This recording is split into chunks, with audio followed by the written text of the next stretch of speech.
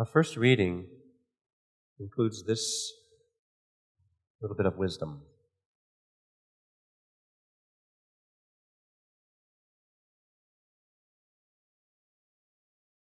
For taking thought of wisdom is the perfection of prudence. Taking thought of wisdom is the perfection of prudence.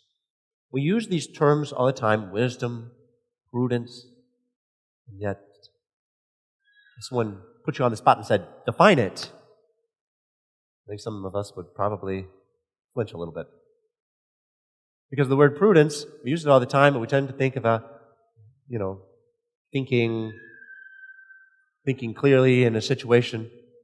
We put a very simple definition on prudence. We say prudence is right judgment about what to do, when to do it. To be a prudent person is to have a clear mind about this is the right time or this is the wrong time, this is the right thing to do, this is the wrong thing to do, and to have that clear. And our first reading is telling us, taking thought of wisdom is the perfection of prudence. That is to say, to pursue that knowledge, which is what we call wisdom, is the perfection of that ability we have to judge things rightly. It's always the right thing to do. And now we get run up against another word that we might say, well, okay, but what is wisdom? I think we'd have to be a little silly to think that wisdom and intelligence are the same thing. We all know somebody, maybe a lot of people, maybe we are that person, who is so intelligent that he seems to be completely out of touch with reality. Right? Someone who seems really smart and yet can't manage to get himself out of a brown paper sack to save his life. That is just to say that intelligence is not what wisdom is about. Wisdom, as the church has always defined it, is about knowing the causes of things. Knowing the causes of things, piercing into the very causes. What makes it, the answer to why is because. Again, this may seem really heady, so let's bring it into practicality. If I were to show you a statue, we have lots of statues right here. Statue of Our Lady, of St. James, St. Joseph. But we look at St. Peter, right here in the blue. If I were to ask the question, why is this statue here? You might say, well, because someone put it there. I say, well, I want to know why the statue itself, why it is itself here. What makes this statue itself? Why is it? The answer to that question is actually 4 answers. There are 4 answers to the question, why is this thing what it is?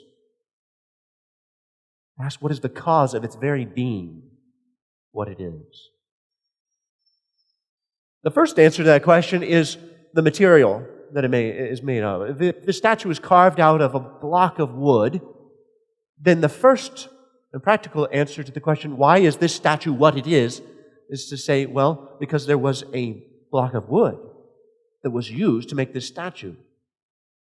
And therefore, the very material is unique. It's not the same as any other piece of wood. It comes from a unique tree. It comes from a unique place. And the artist may even have, in looking at the wood and seeing the imperfections and seeing where the knots were and things he didn't want to try to carve through, adjusted his decisions as to what he was going to carve because of the nature of the piece of wood he was using. Are you following me? So why it is what it is first answered by saying what it's made of, the material that it's made of. The second answer is to speak of the form that it is given. Some artist imposed upon that block of wood the appearance, the form of a man.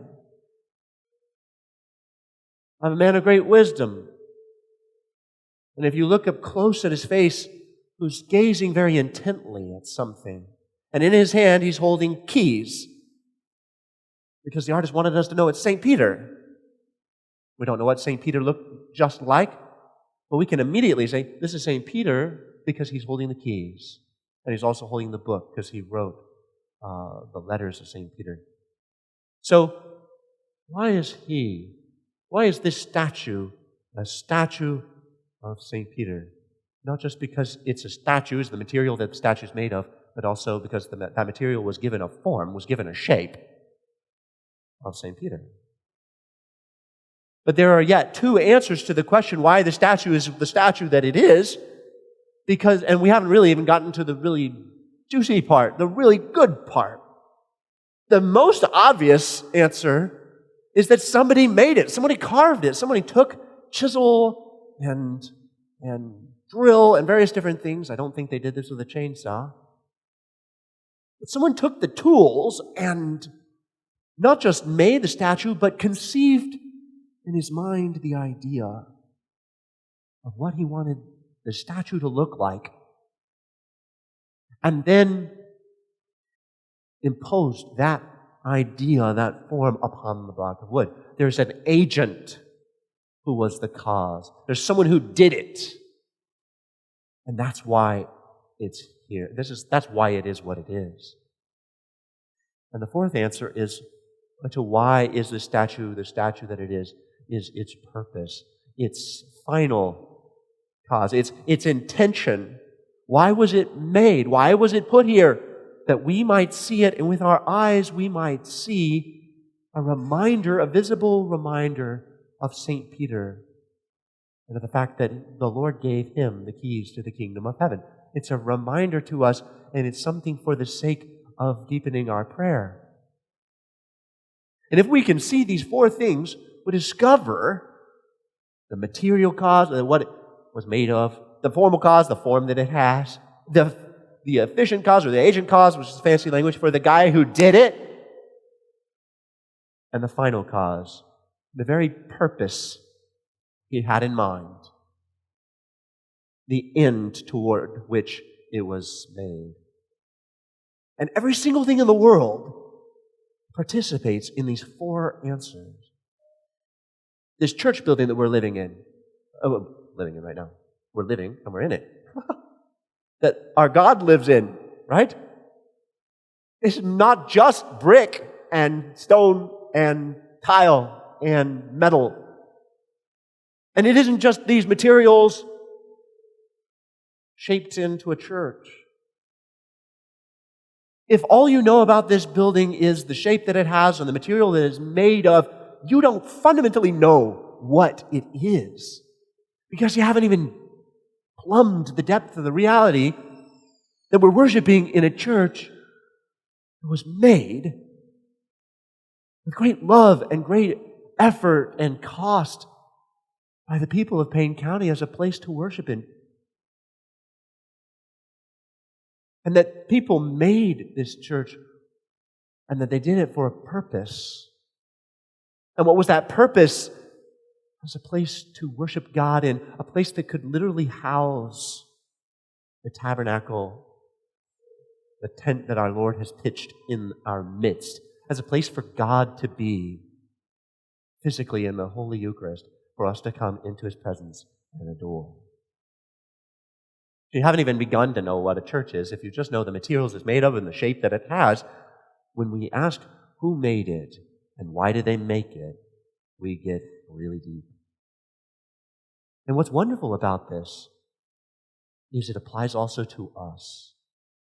If I ask, why am I myself? What makes me me? I would be silly to stop at just saying, well, the material that I'm made out of. I'm made out of a conglomerate of different elements, and there's some elements that are, blood, and some elements that are formed into bones, and some elements that I'd be silly to say that's what I am and why I am myself. That is part of it. And sure, if I look at myself, I see that I've got my own nose and my own ears, and my own face and eye color and hair color. And there are things that if you were to look at my baby photos or child photos, you'd see the same person. This is what's so delightful about looking through photo albums and seeing people you know long before you knew them and saying, that is totally him. That is totally her. There's no doubt about it. I would know that face anywhere. You say, because it is part of why I am myself. But it's not just the answer. If all I am is a conglomerate of materials packed into this particular shape, I've not even begun to ask what I am and why I am me. I need to ask, where did I come from? Who made me? And what did that person, that being who fashioned me in my own mother's womb? You know, my mom and dad were discoverers. Every mother and father is. For 9 months, every mother here in the church knows, for 9 months, you're carrying a baby and you just can't wait to see what he or she looks like. It is not the mother or the father who decides what the child's going to look like. They're discovering, they're adventurers. And the baby comes out and is like, oh, you are absolutely uniquely you. But I didn't have anything to do with that. It was God who formed and who took this matter and shaped it and gave it an immortal soul and gave it a purpose. He is the agent cause. He's the reason we're here. And why did He make us? What's the point? To ask those questions is to become wise. Because wisdom is the pursuit of the knowledge of the very causes of things. Why they are what they are. What meaning they have. And it's not something for us simply to try to impose because we didn't make them. It's for us to discover and to learn and to submit to. And I don't decide what a tree is because I sit in my armchair and figure it out for myself. I discover what a tree is because I explore. So I investigate a tree. And when our Lord, in our gospel today, is fashioning this parable and speaking of 5 wise virgins and 5 foolish, what is He describing to us but 5 people who are kind of flitting around in this world, really not paying any attention where they're going and what they're doing and what they're getting ready for. So they don't even bring any oil with them. They're not thinking about the fact that it's nighttime and they can't see without oil. They're not thinking about the fact that they need to be ready when the bridegroom comes because they're only going to have that short of a time, and then they want to be in the wedding feast with the bride and the bridegroom. They want to be there. They're not thinking about these things, nor are they thinking when the 5 wise virgins say, go and buy some more to yourself, that they can't see how to get there.